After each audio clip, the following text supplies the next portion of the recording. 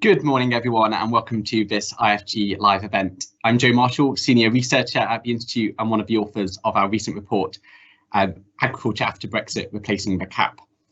In 2017, then Environment Secretary Michael Gove called Brexit an unfrozen moment, which would allow ministers to address long-standing criticisms of the EU Common Agricultural Policy and free the government to radically reform the way it supports agriculture and the natural environment in England. But evolved governments are going in slightly different directions at a slightly slower pace. The Department for the Environment, Food and Rural Affairs, or DEFRA, has embarked on a 7-year programme to spend England's £2.4 billion annual CAP budget very differently, moving away from paying primarily for owning land to paying for the delivery of largely environmental public goods in pursuit of the government's climate and nature goals. These are huge reforms and will mean big changes for many farmers. And they're happening at a time when the sector is already experiencing turbulence from other impacts of Brexit, like the end of free movement, new barriers to trade with the EU and freshly signed trade deals. And now from soaring inflation, only worsened by the war in Ukraine. And just today, the government is announcing a range of measures to help reduce the need for artificial fertiliser, the price of which is driven by the high cost of natural gas. So this morning, we will be exploring whether or not the government's reforms are on track and can deliver everything that farmers, environmentalists and taxpayers expect, and how its plans for agriculture sit alongside its wider policy agenda, what, if anything, the renewed attention on food security should mean for the reforms. To discuss these issues and more, I'm delighted to be joined by an excellent panel. We've got Jonathan Baker, Deputy Director in the Future Farming and Countryside Programme in DEFRA, who has the easy job of delivering these ambitious reforms. Minette Batters, President of the National Farmers Union, representing more than 46,000 farming and growing businesses across the country, and herself a farmer in Wiltshire. Sue Pritchard, Chief Executive of the Food, Farming and Countryside Commission, which seeks to bring together a range of voices to identify practical actions to benefit the climate, nature, health and the economy. And incidentally, neighbour to the mum of former head of the IFG's Brexit team. It's a very small world. And finally, but last but not least, Becky Spate, Chief Executive of the Royal Society for the Protection of Birds, RSPB, the UK's largest nature conservation charity. Before we get going, just a bit of housekeeping. This event is on the record and a recording will be available afterwards. My colleague Dan is live tweeting from the @IFG Events account, but please do tweet along using the hashtag IFGBrexit. We also want to hear from you, so please make sure you send in your questions using the function on Teams. Please remember to keep them short and snappy, and if someone has asked a question that you would like answered, please like it so I know that it's popular, and I'll try to bring in as many as possible throughout the event. Right, that is enough for me. I'm going to turn to our panel now. I know there's obviously a lot of attention at the moment about food security, domestic production, the impact of inflation. I really want to get on to some of those interesting topical questions later in the event. But I'm going to start by digging into the reforms that DEFRA are making. And Jonathan, I'm going to give you the first word here. It would be great if you could sort of give us a sense of where we are with these reforms, sort of what's keeping you and your team busy, what can we expect over the next few weeks and months from the reforms? Hi, thanks Joe, thanks everyone. So I think the reforms are really interesting and quite kind of crunchy moment. So we've moved from a position around 2018 as you described, where we were putting out a set of policy announcements which are fairly, kind of policy oriented, fairly high level, quite strategic. We're now at a position where we're already about to start the second year of the agricultural transition, and we're moving through that delivery process now. So we're moving into that much more detailed process. So for example, we've got the Sustainable Farming Incentive pilot live, we've got some of our other farm support programs, so our grant offers, our research and development offers are already live and in flight. We've got some of our other transitional offers, such as the Farming in Protected Landscapes or the Farm Resilience Programme, which are about supporting farmers make these changes, all live as well at the moment. So we're learning from those, making them better, and we're preparing for the next phase. The thing that we're now looking to drive towards, which is really keeping us busy, is the Sustainable Farming Incentive. So this is the first of our environmental land management schemes, which we put out the more guidance documents today, the detail of that will be live across the late spring and early summer. So really driving towards that. So supporting the launch of that scheme, getting the communication right. These are voluntary schemes, so we need to make sure farmers understand how they work for them, what the blockers are. So we're driving towards that. And then my role is fairly strategic, so working with our policy colleagues at quite a high level. So one of the aspects that we're doing is making sure that our medium and long-term policy plans are still lined up with government policy. So there's a recent target consultation around environmental targets. So we've obviously been deeply involved at that beginning of the process because we're delivering a huge amount of environmental targets through these reforms. But that's an area of work, constantly making sure, okay, can we fine tune our reforms to make sure we're best achieving those goals? And then the other kind of strand of the work is kind of talking to people, getting out there and sharing insights. So we're doing that internationally because we're really proud of our reforms and we wish to advocate that as part of the kind of UK kind of soft power. We also work across the UK with the rest of the developed nations through the UK Agriculture Partnership, which my team lead on. We've seen some really interesting sharing of insights about how different countries are approaching the freedoms of EU exit. And then kind of most excitingly is preparing to get out and about. So we've got the agriculture shows coming, which my team again lead on. So preparing for that and the opportunity to go out and talk to farmers in particular about these changes. So that's kind of where we are now, this interesting moment where we've gone from high-level policy documents and now crunching through into the detailed delivery, and people can start to see what the specifics look like. Great, thanks, Jonathan. That is great to get a sense of it, and it sounds like you're very busy. And just very quickly, I might come back to you just on a question that's already come in. I mean, we framed this event as sort of taking back control of agriculture, sort of a Brexit dividend point. And I suppose, how much of the reforms do you think genuinely are things that are new that we couldn't have done within the sort of common agricultural policy framework, or how much of it is more sort of, Brexit provided a political moment and the government chose to do something different, even if it could have done some of the similar things in the EU? I think it's a good question. I think I often kind of play counterfactuals in my head. If we were still within the farm to fork strategy, which is the EU strategy, what would we look like? And there are elements that we can see which have always been inherent in the English position, in particular around reform. So being quite uncomfortable with the direct payment policy, being more enthusiastic about the targeted schemes. So I think we were always perhaps at the vanguard of that, of those aspects. But what did change with obviously leaving the EU is created that political moment to really highlight and kind of seize on these opportunities, and then it created the greater degree of freedom to make those changes at a real scale. So I think we're spending around our agri-environment scheme. We've seen really popular demand from farmers. The level of spend we're spending on is higher than we would have been crudely allowed to within the common agricultural policy, because there was a fixed around the modularity of the subsidy pillar and the other pillar. So we're definitely seeing a significant change. And if you look forward, it's a very radical level of change across the rest of to 2028, which is not comparable with what they're doing in the EU. Again, we've got different circumstances. They're not sort of comparing and contrasting adversely, but we're responding to different circumstances. And the one thing that does unlock really is by repurposing that level of investment, it gives you much more confidence to be ambitious from an environmental and from a net zero perspective and from a farming productivity perspective, because you've got a lot more freedom, you've got a lot more funding to focus on. And I don't think you would have seen a decarbonisation strategy last year or the environmental targets that are live at the moment without this reforms to agricultural policy, because it's hard to see where you've got that level of levers that you can pull on without fully deploying the ability of farmers to deliver these really good outcomes. Great, thanks, Jonathan. That's really helpful. I mean, Jonathan's talked about the sort of radical reforms that are being made. Minette, I'm going to turn to you next. I mean, we started to see a lot more detail of the new reforms over the last few months. Jeff has been publishing a lot of information, but we know from the sort of last farm opinion tracker, which admittedly came out, it covers October 2021, I think, so before these announcements, we saw that actually there had seemed to be a bit of a decline in farmers who felt they sort of fully or roughly understood DEFRA's plans and vision for farming.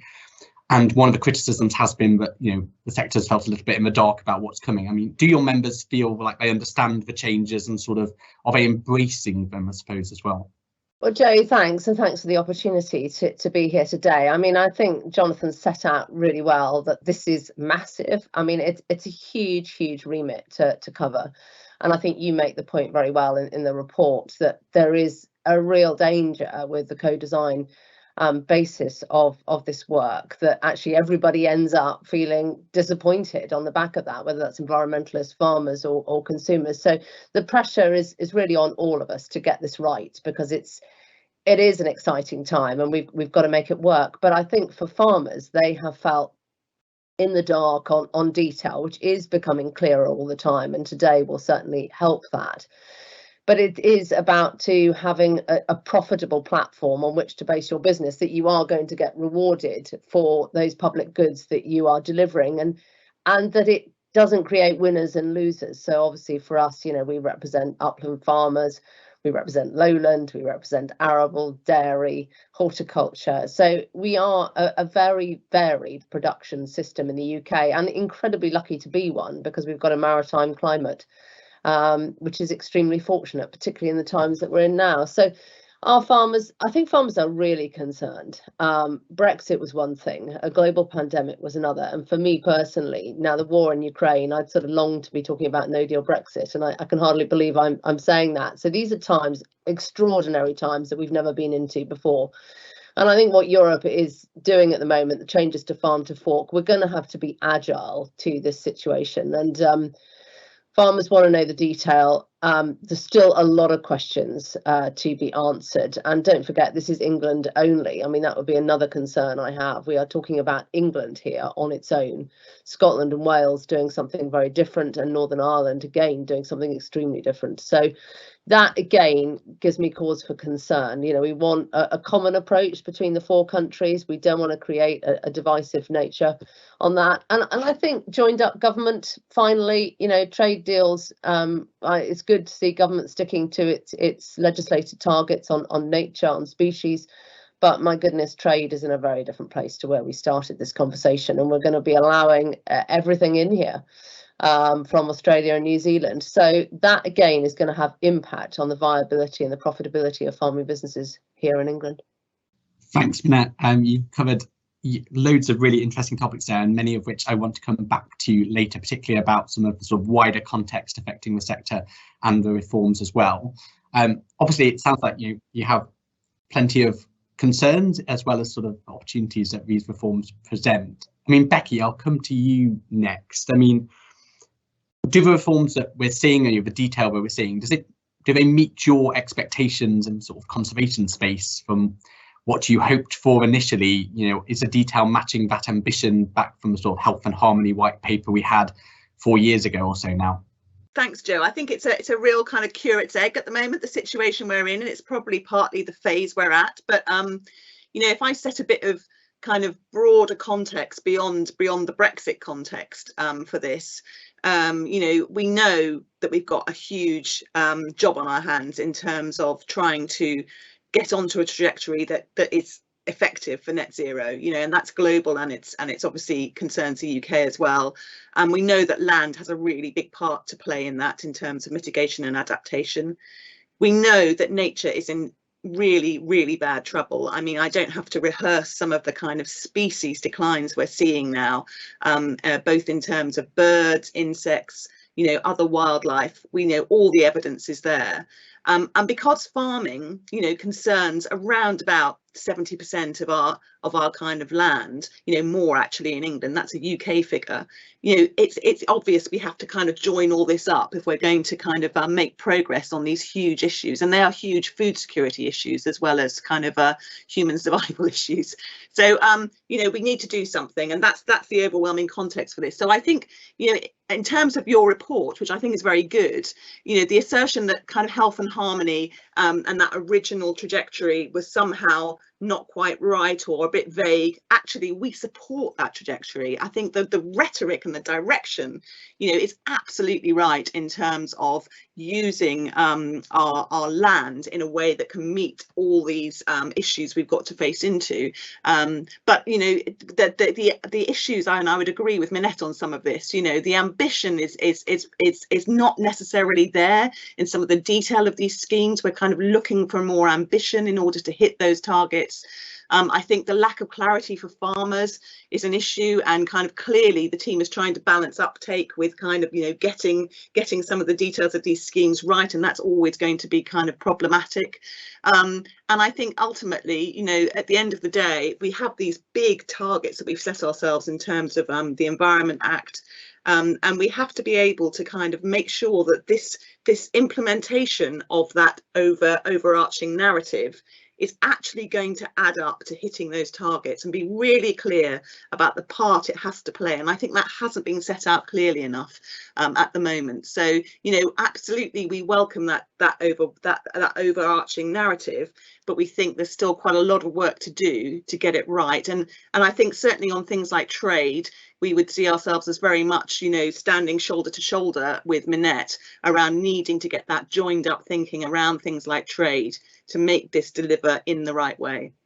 Great, thanks, Becky. Really interesting points as well. And Sue, I'm going to come over to you now. I suppose picking up some similar points.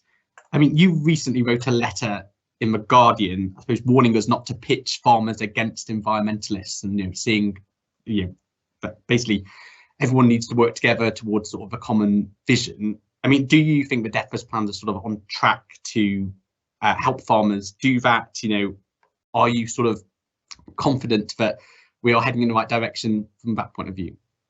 Thanks, Joe. And like colleagues, I want to welcome your really excellent report, which raises some really important questions. As everybody's already said, the direction of travel set out in Health and Harmony was really inspiring. And in terms of you know, have my expectations been met? I've come to the conclusion that I think about that report in the same way as I think about my approach to parenting. I have high expectations, but I also have high tolerance that it can be really, really hard to do a good thing or make things work. And the shadow side, I suppose, of having an enormously ambitious and far-reaching report like Health and Harmony is that it does raise expectations, but then it's all about delivery. You know, everything that follows on from that is about our capacity to deliver, and therein lies the challenge. It was always thus in any, you know, aspirational government policy. And I think the team at DEFRA have been working so hard to bring more inclusive, more engaged, even quite radical approaches to how these expectations can be delivered on the ground, how they can make them work. But they're also doing that in a really complex context of in other policy objectives too, in other departments. So, and I'm just reflecting on, in fact, what you were saying, Jonathan, at the start, that leaving the European Union has given us more freedom. Freedom is a really slippery concept, isn't it? Because as soon as we realise, as soon as we think we have freedom to do particular things in a different way, particularly big radical things like changing a global food system, we realise that, you know, tugging on a couple of threads over here starts unravelling a whole bunch of things over there. So that the idea that we have freedom to shape food and farming policy without really paying due regard to the implications on food pricing, on the rural economy, on trade policy, on health and well-being. It brings us back, I think, with you know, a bucket of cold water, that those freedoms can only be delivered by an incredibly pragmatic, sleeves rolled up approach to understanding how things really change on the ground. And of course, in that context, you know, government's thinking in those terms, but farmers are thinking in those terms too. So farmers are thinking, what am I supposed to do right now to set me on a reasonable trajectory for right now, but also the future of my business for 5, 6, 7, 10, 20 years into the future, when the investment decisions they're making, when the choices they're making right now have that kind of time frame. So I think we're occupying this really interesting, you know, interesting space here, where the expectations raised by an exciting and ambitious vision are absolutely going to be tested by our capacity to deliver, and to deliver not just within DEFRA, but across all the other departments who have a really critical interdependency on those questions. Great, thanks, Sue. Another really interesting answer. I mean, Jonathan, I'm going to come back to you and give you a sort of chance to respond to some of the things we've heard from the other panelists, but also within that sort of bit of a question as well. I think we've already touched on this idea that, you know, the reforms have been sort of co-designed with stakeholders. You've been testing and trialing. You've been this iterative approach to sort of working out what works, releasing information as you go. I mean, many have praised that approach, and it seems to have worked well in lots of areas. But I mean, is there a risk that that has also raised expectations, and now with all of the details coming out, it's hard to sort of square the circle in that area? And yeah, also if there's any points you'd want to sort of pick up from what we've heard from Becky, Minette, and Sue so far. So I don't mind. Well, I don't mind high expectations, because people should have high expectations for the policy that the government are kind of putting in place. So I think that where the expectations, or the kind of the shadow, to use Sue's language, of the expectations becomes problematic, is where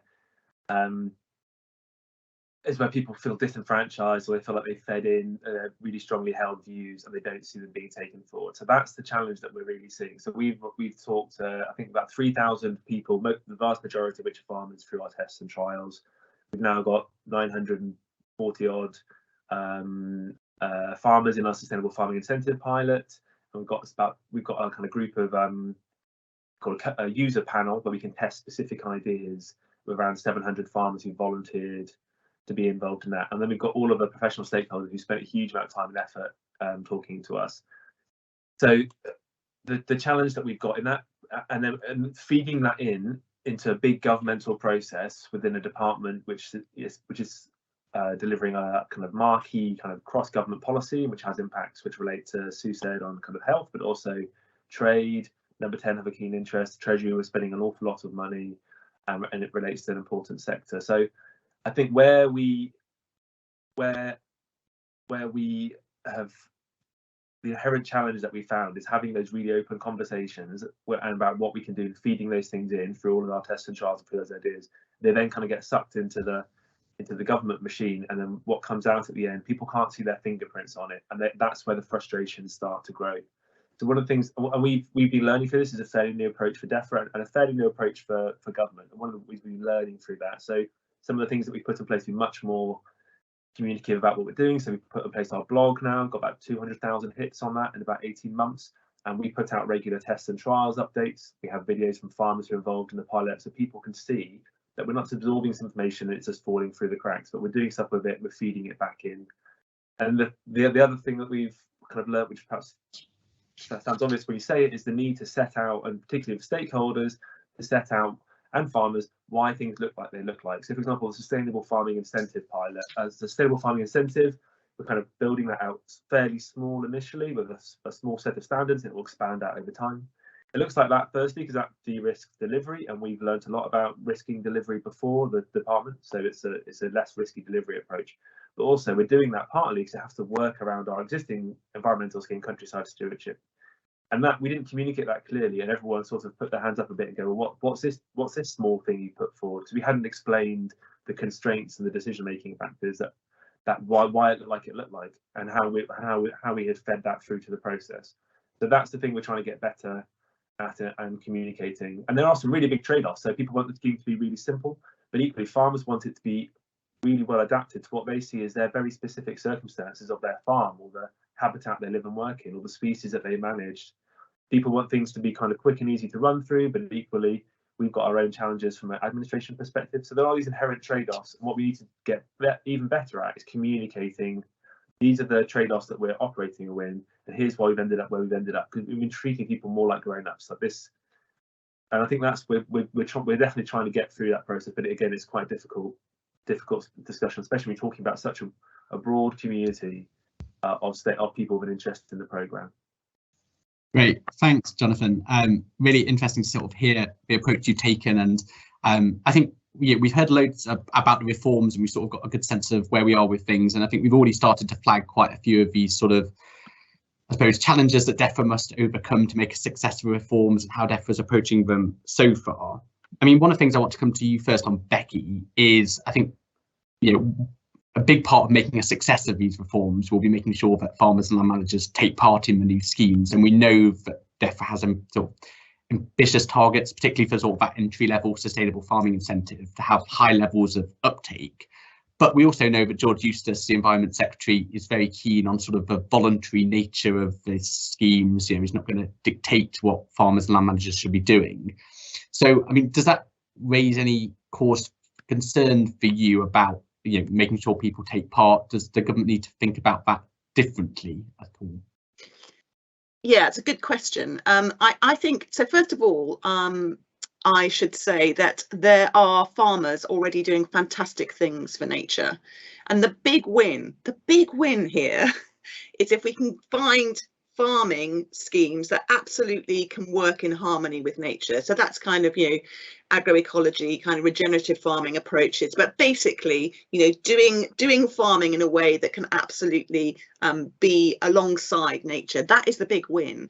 And that's why when I talk about ambition, you know, that local nature recovery bit of the 3-tier scheme, the middle tier, is so important, you know, and at the moment, you know, we would have a slight concern that it's being matched maybe to the mid-tier of countryside stewardship, and actually could it be matched a bit higher? You know, could we, there's nothing in it very clearly about pesticides, you know, we need to get something in there. So I think we absolutely think these schemes need to be voluntary. Of course they do, you know, they need to be voluntary, but let's make sure that we get the ambition of those tiers right. And let's make clear that if we are going to expand out or ratchet, as Jonathan suggests, which I think is a really kind of sound idea, that we're clear about how we're going to do that and that we are going to do that. So that's the first thing to say. The second thing, though, is to say, if we are going to make it voluntary, which we would absolutely support doing, let's think about the kind of the regulatory baseline as well. You know, there's never been yet that kind of really complete response to the Glenys Stacey recommendations in that review. You know, so we need to kind of look at that enforcement and regulatory baseline as well.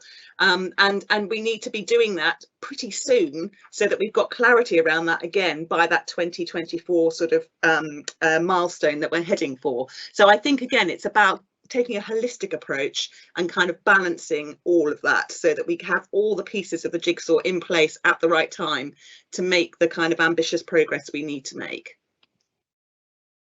Great, thanks, Becky, and thanks for raising that sort of regulation point as well, because I think, yeah, it does seem to be one area of reforms we've heard less about so far, and one that I know people are very keen to get more detail on. I mean, so I know you wanted to come in here talking again about sort of uptake and making sure that, you know, everyone can be involved who wants to be involved. And I know that, you know, one of the concerns that I think Dr. Ruth Little from University of Sheffield, who's done a lot of work in this space, is sort of raising the report today, is this sort of hard to reach groups, or so-called hard to reach groups. So how to make sure that everyone can take part if they want to. So Sue, do you want to pick up anything on that? I do think that is a really important point to make. I think that the modern methods that the DEFRA team, that Jonathan's team has deployed with blogs, podcasts, so on, are great. But we have to remember that you know, as many as 30% of farmers are not, you know, occupying that world. They're not on the internet. They may not even have decent rural broadband or signals for smartphones, you know, strong enough signals for smartphones, and it's not a world that they typically inhabit. So for this to be rolled out really effectively across the diversity of the farming landscape, we need different kinds of approaches. We need face-to-face approaches. We need teams going out to where farmers are, and, you know, going out to the agricultural shows is a good start.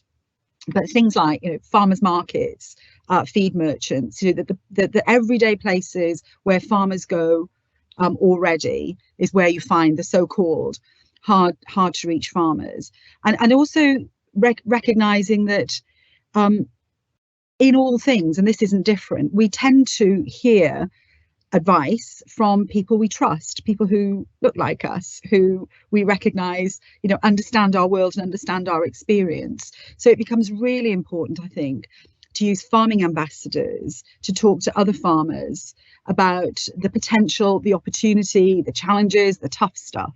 There's been some brilliant work in Wales over the last 20 years, actually since the foot and mouth crisis, the AgriScope scheme, a whole series of small groups of farmers meeting around kitchen tables or farm gates or in barns to talk about the stuff that really mattered to them. That was everything from changing their business models through to succession, through to revitalising their village communities.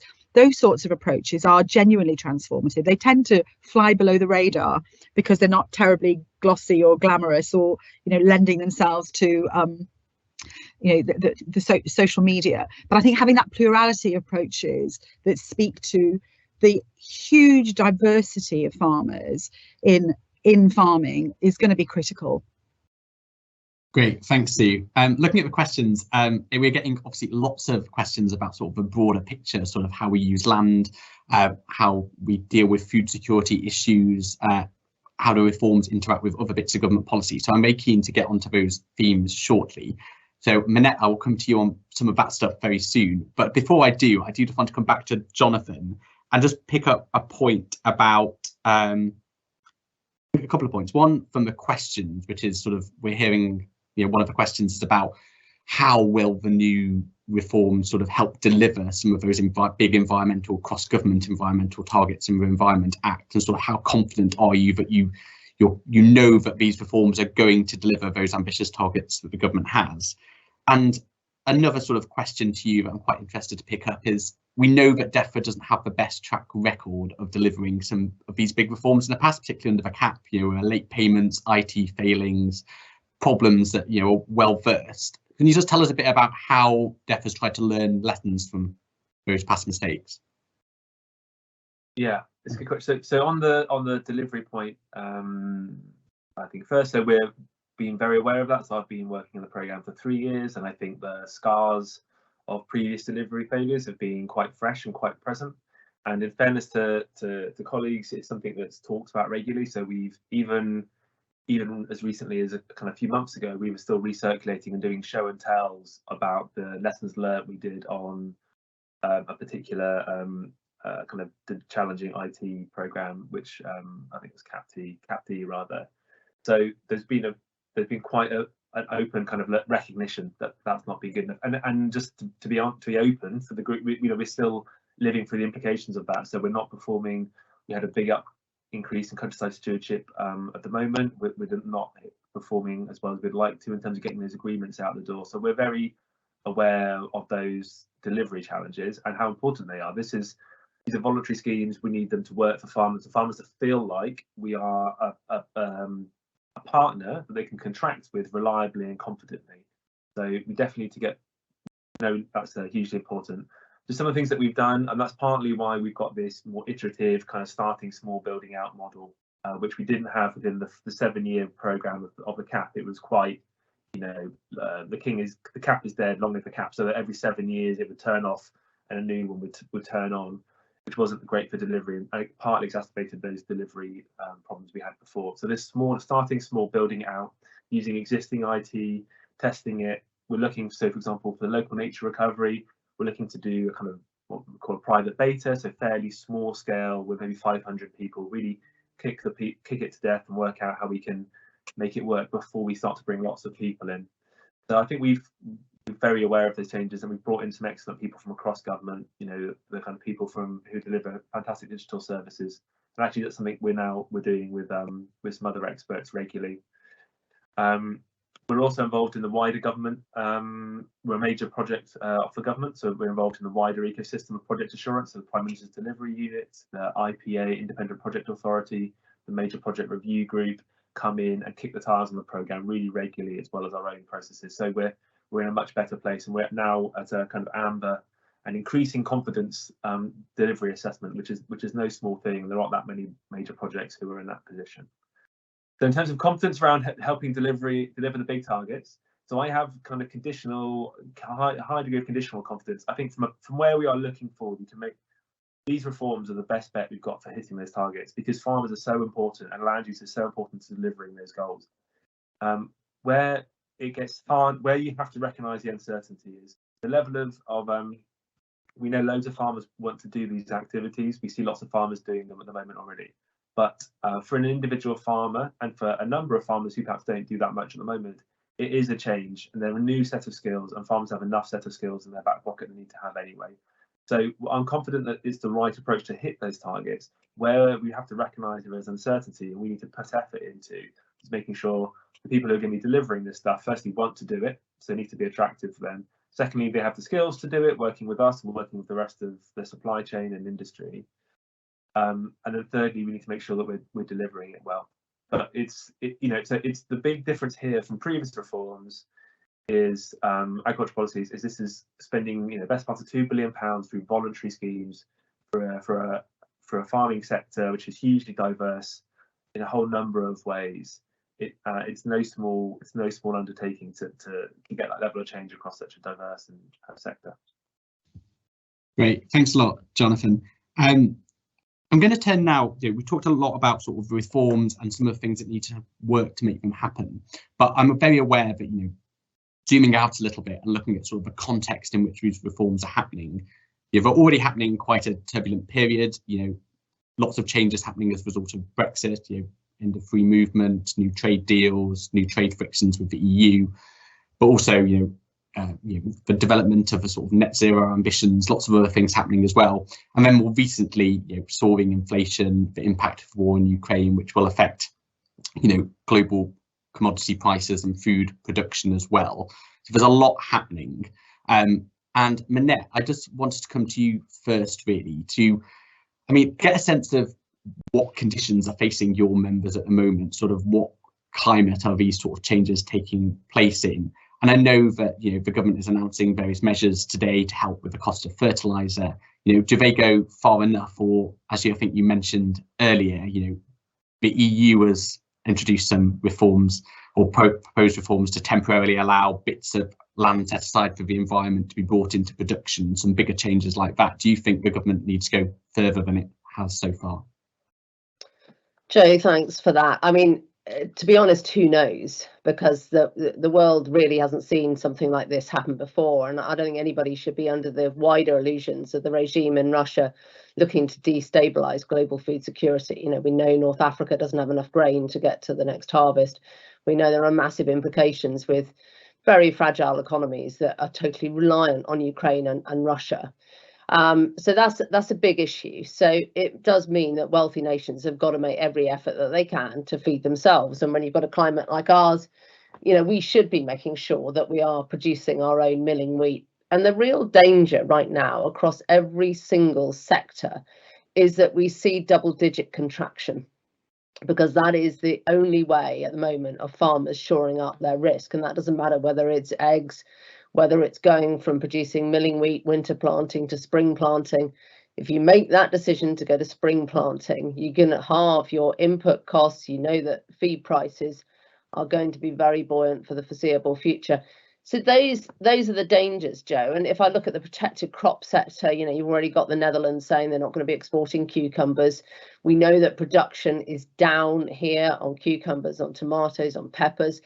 There's the implications of labour on that for growers. There's the implications if you go from 63p per therm of gas to what we saw a couple of weeks ago, which was £6 per therm.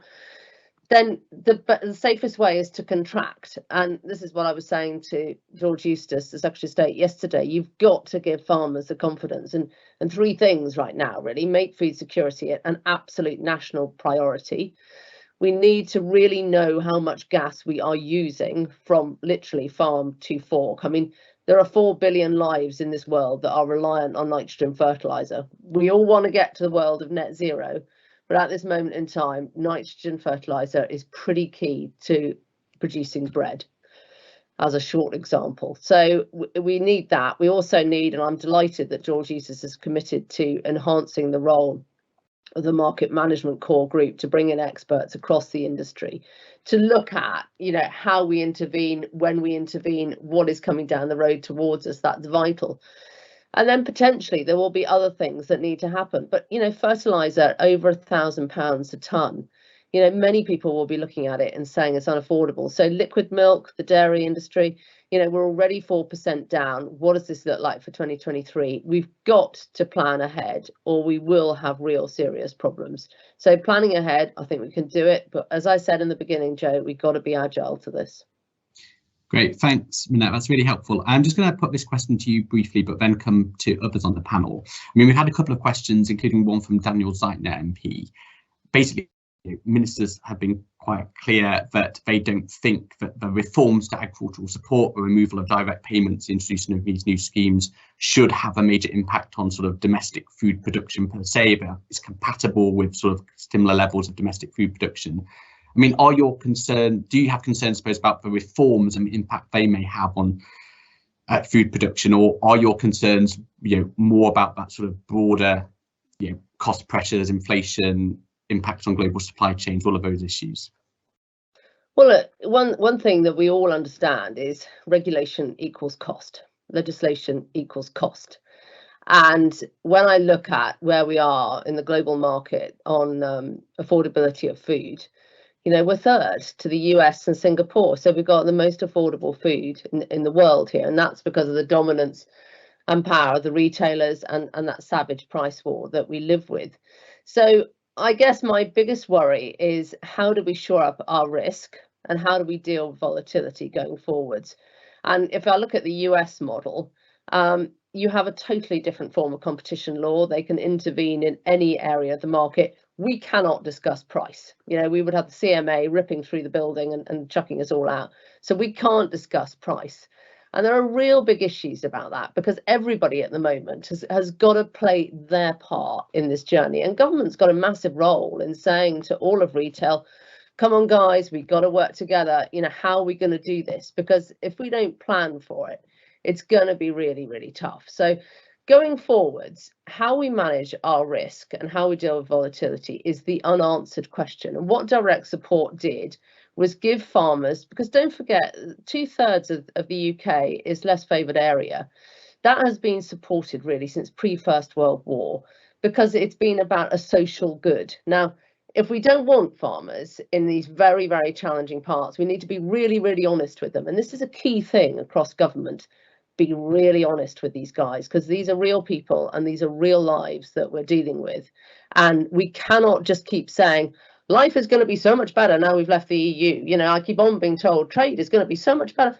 Well, actually, it's not in some cases. It's going to be a lot tougher, but that's not for me to say. That's for government to say. So let's be honest with farmers. Let's recognise that regulation and legislation costs a lot of money. And let's find a way of managing our risk, because risk is here to stay and Ukraine is a game changer.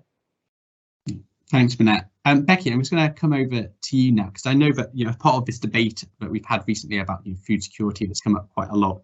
There's this sort of calls from some to scale back some of these environmental ambitions to focus more on production. I mean, are you concerned that sort of the political mood music might turn against reforms? I mean, after all, I think the government itself has acknowledged decline in nature is the sort of biggest mid to long term threat to food security. So, I mean, are you concerned that we might be sort of risking being a bit short sighted given the sort of wider pressures that are going on at the moment? Yeah, I think there's been some unfortunate rhetoric around kind of plow baby plow. It's kind of, I think that's unfortunate, because food security is absolutely a massive issue. I couldn't agree with Minette more. But the UK government produced a report in 21 that said, actually the big issues around food security are, climate change, loss of nature, and depletion of soils. So those are the long-term issues. I absolutely accept we've got some kind of short-term issues because of the big conflict situation in Ukraine. And I think we will need to make some short-term interventions, and today is an example of that. But ultimately, we've got to move away from having this massive kind of chemical input in order to produce food. And I think it's interesting, if you look at something like Dimbleby's food report, and we're hoping that we'll get the kind of white paper coming on the back of that, as soon as possible. It takes a kind of a more holistic view of that whole food system and really looks at all the elements of that system, so including kind of diet around the world and the impact that has, including things like the kind of crops we grow and where we grow them. That it's a much bigger issue. So I think we've got to balance you know, the short-term implications of what's going on in Ukraine, and kind of facing into that and helping farmers through those kind of short-term implications. But we've got to keep that long-term situation around food security in mind. If we don't get our soils into better heart, you know, if we don't kind of worry about nature and our pollinators, you know, we've ultimately got some really, really big issues on our hands. And so I would just kind of say that I would agree with Jonathan in what he said earlier, in that I think, you know, ELMS and the kind of way in which that builds these tiers, for all that we might criticise parts of it, it has to be the way we go in terms of securing food into the long term. Great, thanks, Becky. That's really, really helpful. Sue, I'm just going to turn to you on a sort of picking up some of the themes we've heard from Minette and Becky, but also just some of the questions that we've got in from the audience, and some of the things I know the sort of Food Farming and Countryside Commission have looked at as well, about this sort of various pressures on land use, I suppose. So, you know, we've talked a lot about farming, obviously, today, and agriculture, and how that needs to be reformed, and making sure you can do it in a more environmentally sustainable way. But agriculture is only one of the pressures on land. You know, we're seeing renewed pressures to, you know, use more land for renewable energy, whether that's sort of solar farms and onshore wind. Obviously, sort of ongoing housing crisis and pressures on land for housing, you know, climate change mitigation, you know, flood risk management, all of these sort of pressures on land. I mean, you know, are you confident that the government seems to have a clear sense of how it wants land to be used, or how it sees agriculture sort of fitting into that bigger picture of land use? And I know you've sort of previously called sort of a land use strategy or framework. Do you think something like that would be helpful? Well, yes, I do. Can I rather cheekily just come back to the topic that Minette and Becky were both touching on there, which is about price and affordability, because I do think it's worth bottoming that out a little bit more, and I will happily come back to land use in a second. But Minette was saying it's really difficult to talk about price. We have to talk about price, and we have to talk about where the money is in the food system, because at the moment we seem to be setting this up as a kind of zero-sum game between farmers and environmentalists, and that is a real error in my view. There are other players in this system who have a really significant role to play right now: the processors and the retailers. And when we're thinking really hard about how increasingly scarce commodities are going to be used in order to ensure that people don't face increasing hunger and hardship, or impacts on their health and well-being through ending up buying cheap junk food, that is exactly the place where government can take a systems view across government departments and choose to bring in processors and retailers in these really tough questions. So you might ask, for example, do we really need, you know, aisles and aisles of, you know, sweetened biscuits, you know, produced by multiple processors, producers and retailers? Or might we decide to concentrate those commodities in producing really good value, cheaper, healthy, nutritious food that is easily available for everyone everywhere? So I think that it is important to talk about food and pricing, and indeed waste, and how we consume food at the moment in the country, and in the taxonomy that you use in your report, which, as I say, I love. I was a bit disappointed that we ended up sticking with the notion of consumer and not citizen, because when we position people as consumers, we end up narrowing our interests. But when we think of ourselves as citizens with equivalent interests in, you know, the price of food, the price of, but also our environment and our, you know, rural communities, and the quality of our economy, it invites us to make some different decisions. So sorry to sneak that one in, but I do think it's important to fold that into the debate. It's not just a zero-sum argument between farmers and environmentalists. We all have a part to play in working out what kind of food system we want in the future. So back to land use, absolutely. We think that a similar kind of openness, transparency, and inclusiveness needs to be brought together around issues of land use, but also land use decision making. You know, we've said in our reports that for the UK's land to deliver all the aspirations that various government departments have on it, we need 2.5 times the land area that we currently have. So we need to think about how we mediate some really, really complex decisions on land and land use for food, for energy, for housing, for infrastructure, for carbon sequestration, and of course for nature to flourish. I'm actually really encouraged at the moment, not least because you know, practically every week I'm reading another report which is calling for a land use framework, a process for better quality decisions about land and land use across England, or indeed across the UK. And I'm very encouraged that the Lords have commenced their special inquiry. We're going to be giving evidence to that next week. I know Minette's already given evidence to it, and it's opening up the debate, which again, like this debate, is complex, multifaceted.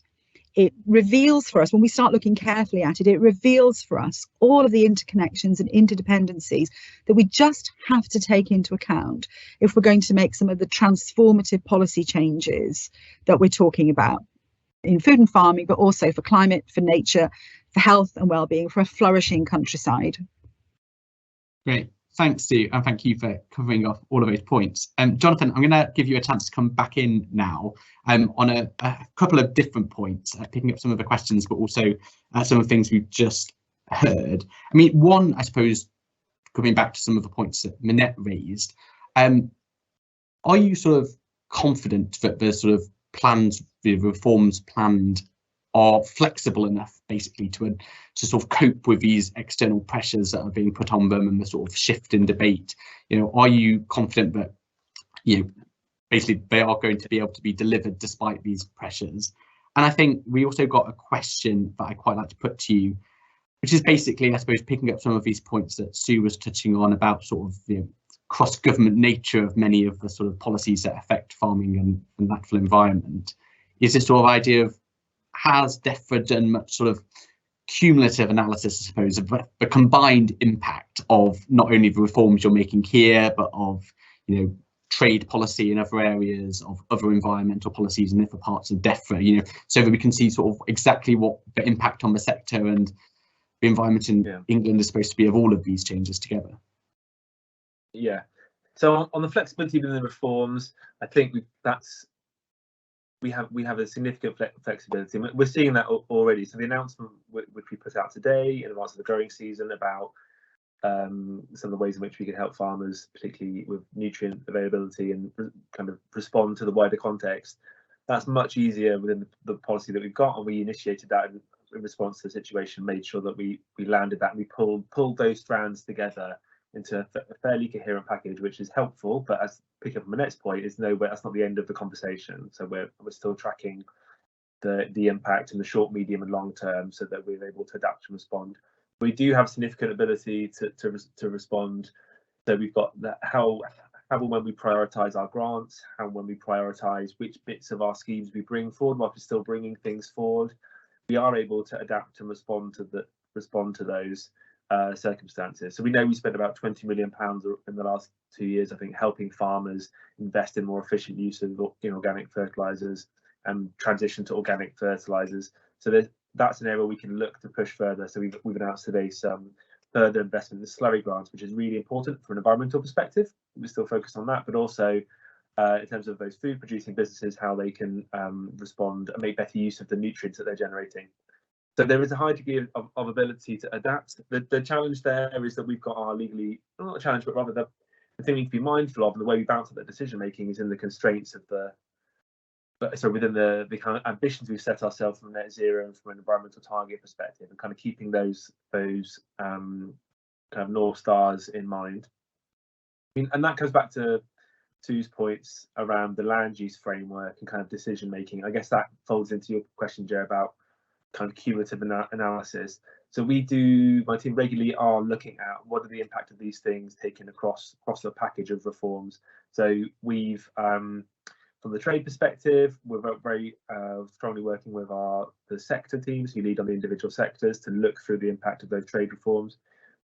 We can touch on this further, but we have secured some changes which are based around the fact the agricultural transition is live, and we need to some extent to be that is itself a significant set of changes for the farming sector, and that other changes around trade impact and trade liberalisation, which the government wants to take forward, need to build around that and not to be adversely affecting that. So we've looked at the phasing of that liberalisation and those reforms, and we're also trying to look at what the proactive export opportunities are from more subsidy-free farming sector to make the benefits of those. So we are trying to find those. We are finding those join-ups and those opportunities. And then I think so that's from on the kind of sectoral impact and kind of food security perspective. We're also looking at, and that's where the land use framework comes in. And we're not using it with going a fair way through the way that Sue described in terms of thinking about decision making and how things operate and how they balance off food security, food production, farmer impact, land use, environmental outcomes in a way. And we recognise that land is where a lot of those conversations, or lots of those decisions kind of land. So we've worked really hard to work out what's the total quantum of land use change that we're looking to deliver. How can we maximise that? How can we squeeze, where we are delivering land use change, really squeeze multiple benefits out of it? And that's why we see a strong focus around woodland planting, not so much in terms of really fast growing net zero carbon gobbling trees, but trying to focus in a more broad acre, because we've seen biodiversity benefits, we've seen water quality benefits, and we know farmers frankly are more likely to want to take them on. We've shifted our focus to smaller parts of woodland, because again, that's where landowners and farmers are more happy to respond and adapt, and that's where the changes are. So we're looking again what the opportunities that we've got there. So we are trying to, particularly through the prism of land, making sure we're balancing up those food security, land use change, environmental outcomes, net zero. We are thinking about that and trying to do some proactive, like strategic decision making, so we're getting the maximum bang for the land that we've got available. Thanks a lot, Jonathan. We are very close to time, but we have covered a huge amount of topics. What I wanted to do very quickly, and I will need all of you to be very snappy in your answers, is I wanted to end on sort of a relatively sort of constructive note. So I was going to ask each of Sue, Minette and Becky for sort of something of optimism in the reforms, what sort of something that is making you feel optimistic at the moment, and then maybe your key message to Jonathan about what the government will definitely need to think about. So I'll start with you, Minette. Thanks very much, Joe. Look, there is a massive opportunity, and as I said at the beginning, we can't afford to fail. To my mind, if we get the sustainable farming incentive right, and I mean really right, I accept Jonathan's points on needing to start small and build bigger, but we have an absolute pressing need globally to transform and lead climate smart agriculture. If we get that bit right, then the ability on top of that, so you have your food, your fibre, your green energy as your platform alongside delivering for the environment and nature. And then on top of that, as you stack up, and this is, I think, the exciting bit that Deborah are talking about now, is effectively the ability for public and private finance to come together. You know, we've got to get much more resource landing into the ground. We can't just keep relying on public money to deliver on all of this. And it is our time, you know, biodiversity, water quality, carbon credits, green finance, ESG, those monies are circulating above our heads. So be able to develop new trades that are farmer owned, farmer led, that drive genuine investment back into doing the job on biodiversity and water quality. That, to my mind, is the future. But, you know, it's got to be profitable for farmers, but most importantly, it's got to be equally profitable for the land and doing the job that's needed on nature. Great, thanks, Minette. Becky, I'll come to you now. Yeah, so fundamentally, if we can't get this farming reform right, we will lose nature. You know, we will lose the fight, because it's that essential.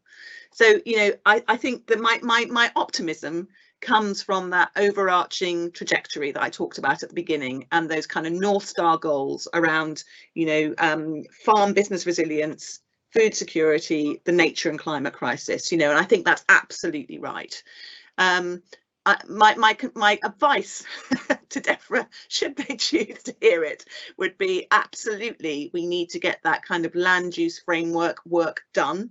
And, you know, we're doing quite a lot of work on that ourselves at the RSPB at the moment. I think it's going to drive some hard choices. So we need to face into that and be honest about that.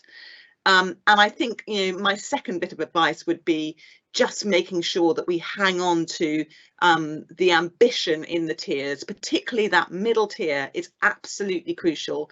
So let's get that levelling of that middle tier right, and its implementation right as well, so that all farmers feel that they can play a part in that and actually get us on that kind of that good trajectory.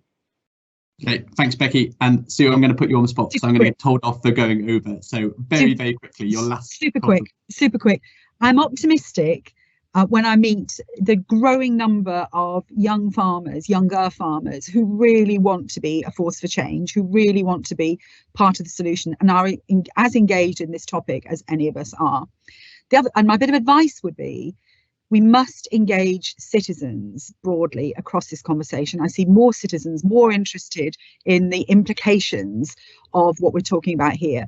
We have to bring citizens in, because without the backing of citizens, we won't have the license to make these really critical system-wide changes that we need to make. Great, thanks a lot, everyone. That's it. We are now out of time. Thank you to my panel for giving us a real whistle-stop tour of all of the changes affecting agriculture and the natural environment at the moment. Thank you very much for joining us, Sue, Minette, Becky and Jonathan. If you've enjoyed this event and would like to watch it again, a recording will be available on our website and YouTube channel shortly. And please do check out our report, Agriculture After Brexit, Replacing the CAP, which you can find on our website. I hope you all have a very nice morning, and hopefully see you again on another IFG live event soon. Thank you, goodbye.